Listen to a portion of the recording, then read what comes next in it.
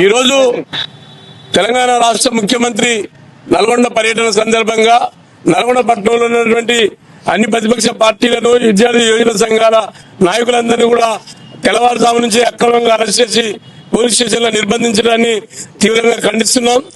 ఈ ప్రభుత్వం ప్రజా సమస్యలను పరిష్కరించడానికి శంకుస్థాపనలు ప్రారంభోత్సవాలు చేయడానికి వస్తున్నామని చెప్తున్నారు. కానీ ప్రతిపక్షాలు మాత్రం నిర్బంధంగా అరెస్ట్ చేయడం అనేది సిగ్గుమాలిన చర్య. అసలు సమస్యల్ని ఇన్నారా యుద్ధ అనేది ప్రతిపక్ష పార్టీలకు వినతిపత్రాలు ఇవ్వడానికి అవకాశం ఇవ్వాలి. కానీ అలాంటిది లేకుండా మొత్తం నాయకులందరినీ కూడా పోలీస్ స్టేషన్ లో నిర్బంధించడం అనేది ఇది ప్రజాపాలన అని చెప్పడానికి సిగ్గుపడాల్సిన అవసరం. ఇది టీఆర్ఎస్ ప్రభుత్వం ఉన్నప్పుడు మేము ప్రజాపాలన తీసుకొస్తాం, ప్రజలందరికీ అవకాశం కల్పిస్తాం అని చెప్పి హామీ ఇచ్చినటువంటి కాంగ్రెస్ ప్రభుత్వం ఇది అధికారంలోకి వచ్చిన తర్వాత కూడా ఇదే విధంగా నిర్బంధాన్ని ప్రయోగించడం అనేది సరైనది కాదు.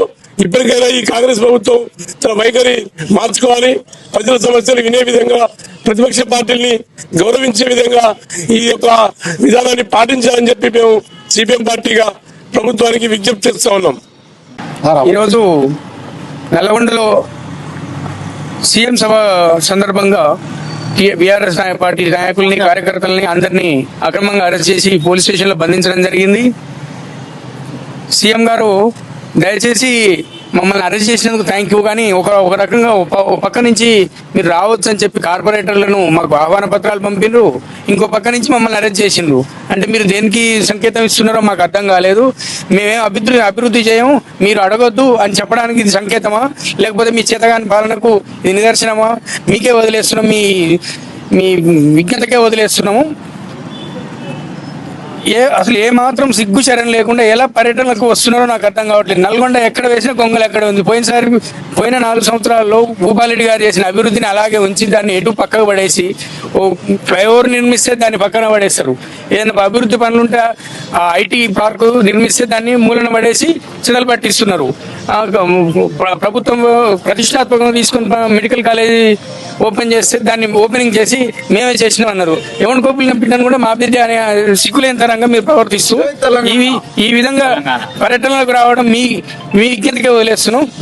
3 రంగుల జెండా పట్టి అని పాట పాడుతూ ఆనాటి రోజులు తెస్తాడే మన రేవంత్ అన్న అంటే అని నినాదాలు ఇస్తూ అక్రమంగా 420 దొంగ హామీలతో అధికారంలోకి వచ్చిన రేవంత్ రెడ్డి ఆనాటి రోజులే గుర్తు తెస్తున్నావు.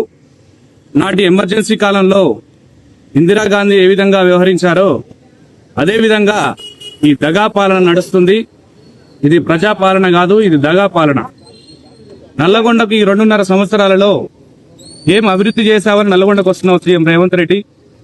ఈరోజు ఇందిరమ్మ పాలనను తలపిస్తూ, ఎమర్జెన్సీని తలపిస్తూ బీఆర్ఎస్ పార్టీ నాయకులను, కార్యకర్తలనే కాకుండా ఇతర పార్టీ నాయకులను ప్రతిపక్షాల గొంతు నొక్కుతూ రాత్రికి రాత్రే అక్రమ బంధాలు చేస్తూ, హౌస్ అరెస్టులు చేస్తూ ముందస్తు అరెస్టులు ఎందుకు చేస్తున్నారు?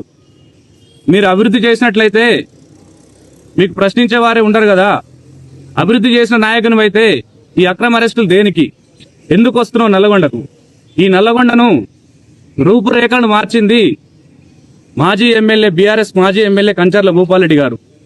ఏం అభివృద్ధి చేసిండని చెప్పి ఈనాడు ప్రస్తుతం ఉన్న మంత్రి వెంకటరెడ్డి ముఖ్యమంత్రి రేవంత్ రెడ్డిని తీసుకొని వస్తున్నాడు. అన్ని దొంగ హామీలతో హ్యామ్ రోడ్లు కావవి, స్కామ్ రోడ్లు. మీరు చేసే స్కామ్లకు ఒత్తాసు పలికే విధంగా ఈ స్కామ్ రోడ్లను ఏర్పాటు చేస్తూ మీ స్కామ్లకు 1000 కోట్ల ధనాన్ని దోపిడీ చేసే ఉద్దేశంతో మీరు ఈరోజు సభను ఏర్పాటు చేస్తున్నారు. ఈ సభకు అఫీషియల్ గా నల్గొండలో ఉన్న అన్ని పార్టీల కార్పొరేటర్లకు మీరు ఆహ్వానిస్తారు. కార్పొరేటర్ల సభలకు హాజరు కాకుండా ముందస్తుగానే అరెస్ట్ చేస్తారు. ఇది ఎంతటి వరకు న్యాయం? కాబట్టి ఖబర్దార్ రేవంత్ రెడ్డి, గో బ్యాక్ రేవంత్ రెడ్డి. నల్గొండకు రావాల్సిన అవసరం లేదు.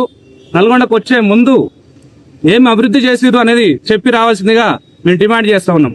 నల్లగొండలో సీఎం పర్యటనను ఆసరాగా తీసుకున్న పోలీసు వాళ్ళు అక్రమ అరెస్టులను చేసి విద్యార్థులను, విద్యార్థి నాయకులను, ప్రతిపక్ష నాయకులను, ప్రతిపక్ష పార్టీలను సిగ్గు లేకుండా తెలంగాణ ఉద్యమకారులను కూడా గౌరవించకుండా ఈరోజు చెరసాలలో బంధించి పైశాచిక ఆనందం పొందుతున్న ఈ రాక్షస పాలనను మేము తీవ్రంగా ఖండిస్తున్నాం.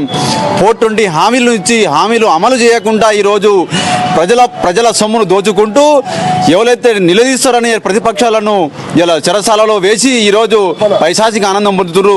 రేవంత్ రెడ్డి గారు ఖబర్దార్, వచ్చే తరుణంలో వచ్చే 2 సంవత్సరాల తర్వాత మీకు గద్దె దించుదాం. ఇది మా సవాల్, చూసుకుందాం. దేడికైనా ఏం లేదు. జై తెలంగాణ. భారతీయ జనతా పార్టీ నాయకులను కానీ ప్రతిపక్ష నాయకులను కానీ ఈరోజు ఉదయం నుండి అక్రమ అరెస్టులను చేయడం చాలా సిగ్గుచేటు. గత ప్రభుత్వం కానీ ఇప్పుడున్న ప్రభుత్వం కానీ ఈరోజు రేవంత్ రెడ్డిని ఎక్కడ ఇచ్చిన హామీలను ఎక్కడ నిలదీస్తారని చెప్పి ఈరోజు ఇలాంటి అరెస్ట్ చేయడం చాలా సిగ్గుచేటు.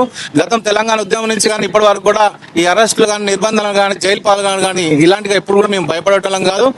రేవంత్ రెడ్డిని ఎప్పటికైనా మేము ప్రశ్నిస్తాం. ఇంకా రానున్న రోజులు బుద్ధి చెప్తాం. ఇంకా స్థానిక ఉన్న మినిస్టర్ కూడా ఈరోజు నల్గొండకు ఎలాంటి అభివృద్ధి జరగలేదు.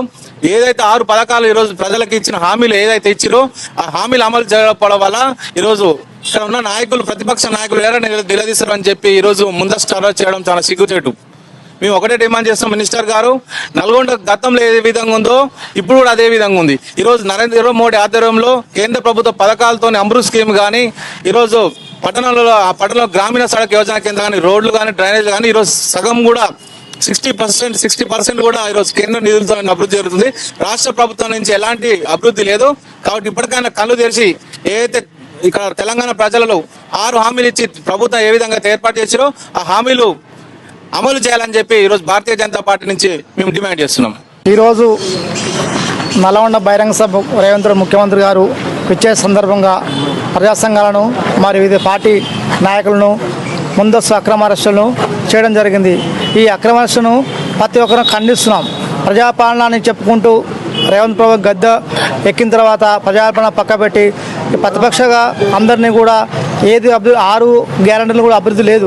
మెయిన్గా ఉద్యమకారులని ఒక హామీ ఇచ్చి ఉద్యమకారులకు 250 గజాలు ఇస్తామని చెప్పడం జరిగింది. ఉద్యమకారులు అందరూ కూడా ప్రభుత్వానికి నిజంగానే మా ఉద్యమకారులను ఆదుకుంటాం కదా, ప్రభుత్వం ఆదుకోవాలని చెప్పేసి అందరూ కూడా అతనికి ఆ సహకారంగా చేయడం జరిగింది. కానీ ఇప్పుడు ఉద్యమకారులు అందరినీ కూడా పక్కబెట్టి ఒక కమిటీ వేయడం జరిగింది తాత్కాలికంగా. ఆ కమిటీ ఇంతవరకు విధి విధానాలు లేవు. కాబట్టి తొందరగా ఉద్యమకారులకు 250 గజాలు ఇచ్చే విధంగా రేవంత్ రెడ్డి ఈ సభలో ప్రకటించాలని, మరి అదేవిధంగా ఇప్పుడు ఏబీసీ వర్గీకరణ చేసి మాళ్లకు అన్యాయం చేయడం జరిగింది. రోస్టర్ పాయింట్ విధానం కూడా రద్దు చేయాలని చెప్పేసి ఈ సందర్భంగా రేవంత్ రెడ్డి గారిని డిమాండ్ చేస్తున్నాం. నా పేరు అద్దెంకి రవీంద్ర, జాతీయ మాల జిల్లా అధ్యక్షుడు, తెలంగాణ ఉద్యమకారుడు.